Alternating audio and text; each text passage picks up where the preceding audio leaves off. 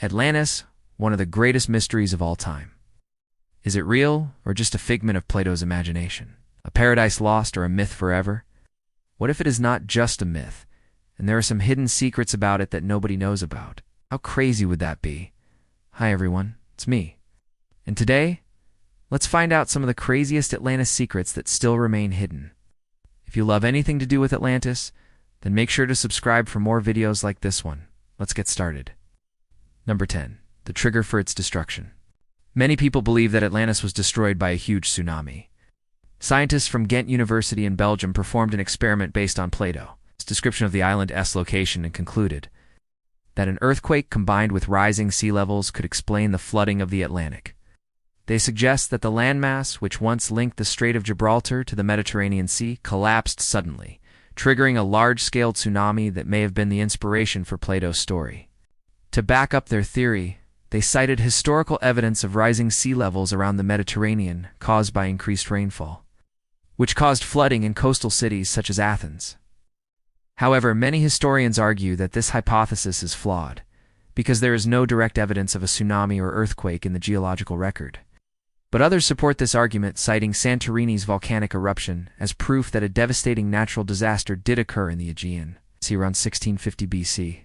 This event likely inspired Plato's account of Atlantis, as he mentioned that the island nation sank in a single day and night, which aligns with the rapid flooding that would have resulted from such a massive landslide. Interestingly, some researchers believe that the missing link between the Atlantic and the Mediterranean may have been located near the Strait of Dardanelles rather than the Strait of Gibraltar. This is based on a passage from the Greek poet Stasinis, who described a naval battle between the Greeks and the mythical island of Atlantis off the coast of Asia Minor. 9. The lost city of Helek. One piece of evidence for Atlantis' geographical location comes from Strabo's description of a lost city named Helek, which he believed was situated near the mouth of the Nile River in Egypt. However, Strabo's work contains errors, causing confusion among scholars regarding the exact location of the city. Some believe that Helek was actually located in the eastern Mediterranean near the island of Crete, while others argue that it was situated further south near the Libyan desert. This discrepancy has fueled speculation that Helek may have been part of the lost continent of Atlantis. Proponents of this theory point to the fact that both Atlantis and Helek are described as being close to the ocean and inhabited by a powerful civilization. Moreover, Strabo's account of Helek aligns with Plato's description of Atlantis as a naval power that dominated the Mediterranean Sea. While there is no concrete evidence to support the connection between Helek and Atlantis, the similarities between the two accounts have led some researchers to believe that they may be related. 8. Atlantis and the Great Pyramids. According to Plato, Atlantis had grand palaces and huge temples, which has led some to speculate that the Egyptians built them as they were known for their architectural skills. However, the pyramids were constructed around 2500 BC, while Plato claimed that Atlantis existed closer to 9600 BC. This apparent discrepancy has led some to question whether the Egyptians built the pyramids or if another civilization did so before them. Some researchers believe that a highly advanced culture predated Egyptian civilization, and that this culture was the one that built the pyramids. This theory is supported by the fact that the pyramids were built with incredible precision and accuracy, suggesting a level of technology that was not seen again for centuries. Moreover, there is evidence that the Egyptians borrowed heavily from this earlier civilization, including their religious beliefs and their knowledge of mathematics and astronomy. If the pyramids were indeed built by a pre-Egyptian civilization, it is possible that this civilization was the one described by Plato as the Atlanteans. However, there is no direct evidence to support this theory, and it remains highly speculative. 7. The location of Atlantis. Although many believe that Atlantis was real and existed near the Strait of Gibraltar, most agree that it never existed at all. Instead, Atlantis is thought to be a metaphor created by Plato to teach his students about the dangers of greed and the importance of virtue. Plato wrote that Atlantis was once a prosperous and powerful empire, but became corrupt and was eventually destroyed. Many scholars believe that Plato used Atlantis as an allegory for ancient Greece, and that its destruction represented the decline of Greek civilization. However, there is evidence that Plato may have been inspired by a real historical event when he created Atlantis. As we mentioned earlier, the Santorini volcanic eruption may have played a role in shaping Plato's story. Similarly, the city of Helek, which was destroyed by an earthquake in 1400 BC, may have also inspired Plato's account of Atlantis. If these events did inspire Plato, then it is possible that Atlantis was once a real place. However, without any physical evidence to support this claim, it is impossible to say for sure. 6. Evidence in South America. Some believe that evidence of Atlantis can be found in South America, specifically in the ruins of Machu Picchu. This theory is based on the belief that the Inca people were descendants of the Atlanteans, and that they brought their culture and knowledge with them when they migrated to South America. However, there is no evidence to support this claim, and it is widely accepted that the Inca civilization developed independently in South America. Despite this, some researchers argue that the Incas' knowledge of astronomy and their advanced agricultural techniques suggest that they may have been influenced by a more advanced civilization, possibly Atlantis. Additionally, the Incas' creation story includes elements that are similar to Plato's account of Atlantis, such as a great flood and a chosen people who survived the disaster. However, these similarities are often interpreted as coincidences or as a reflection of common human experiences rather than evidence of a connection between the two civilizations. Number 5. Did ancient Rome sink Atlantis? Some believe that the legendary city of Atlantis was actually the ancient Roman Empire.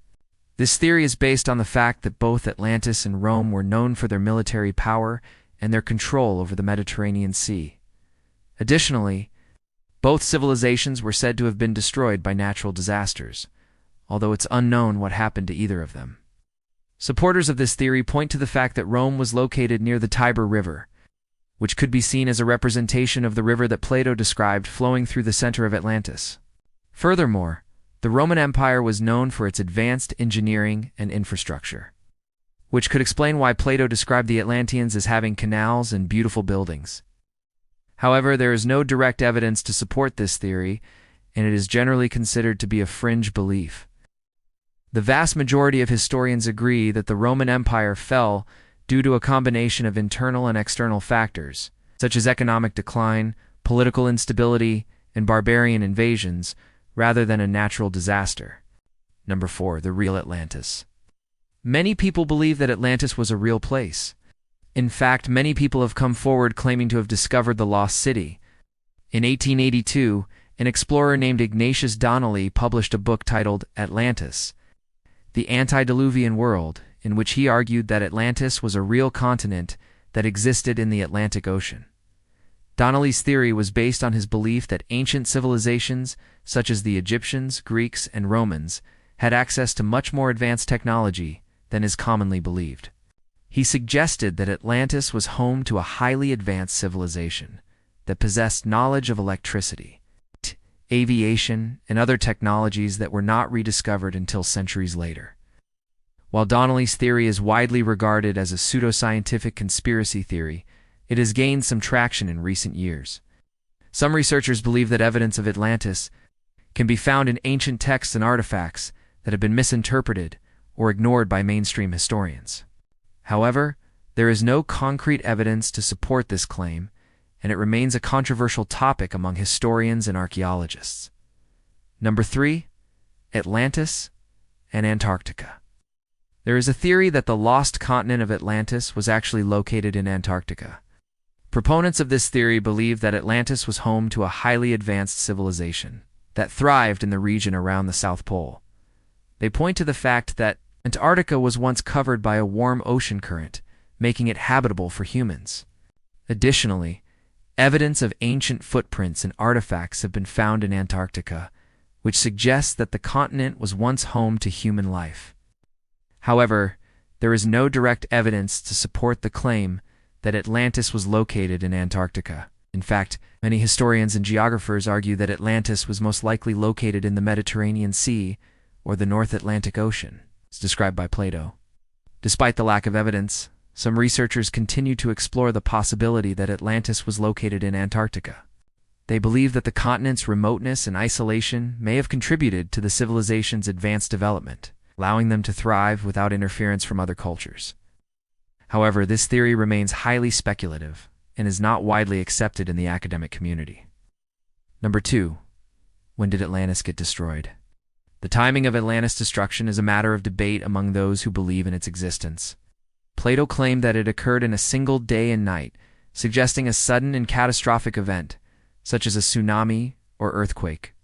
However, others argue that the destruction of Atlantis was a gradual process that took place over several decades or even centuries.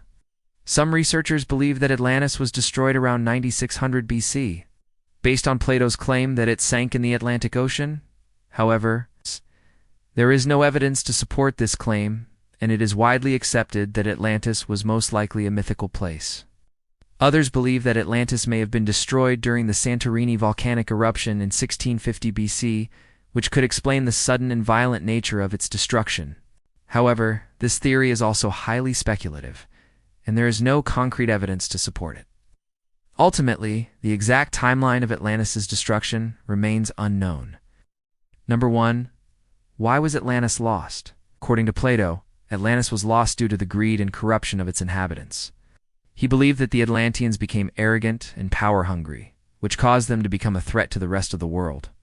As a result, the gods punished Atlantis by taking away their wealth and power, and eventually sinking their entire civilization into the ocean. Other researchers believe that Atlantis was lost due to a natural disaster such as a tsunami, earthquake, or volcanic eruption. This theory is supported by the fact that Plato described Atlantis as being destroyed in a single day and night, suggesting a sudden and catastrophic event.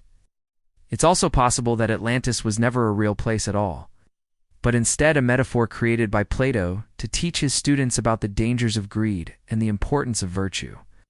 So what do you think about the secrets of Atlantis? Let us know in the comments below. And don't forget to subscribe if you want to see more videos like this. Thank you for watching.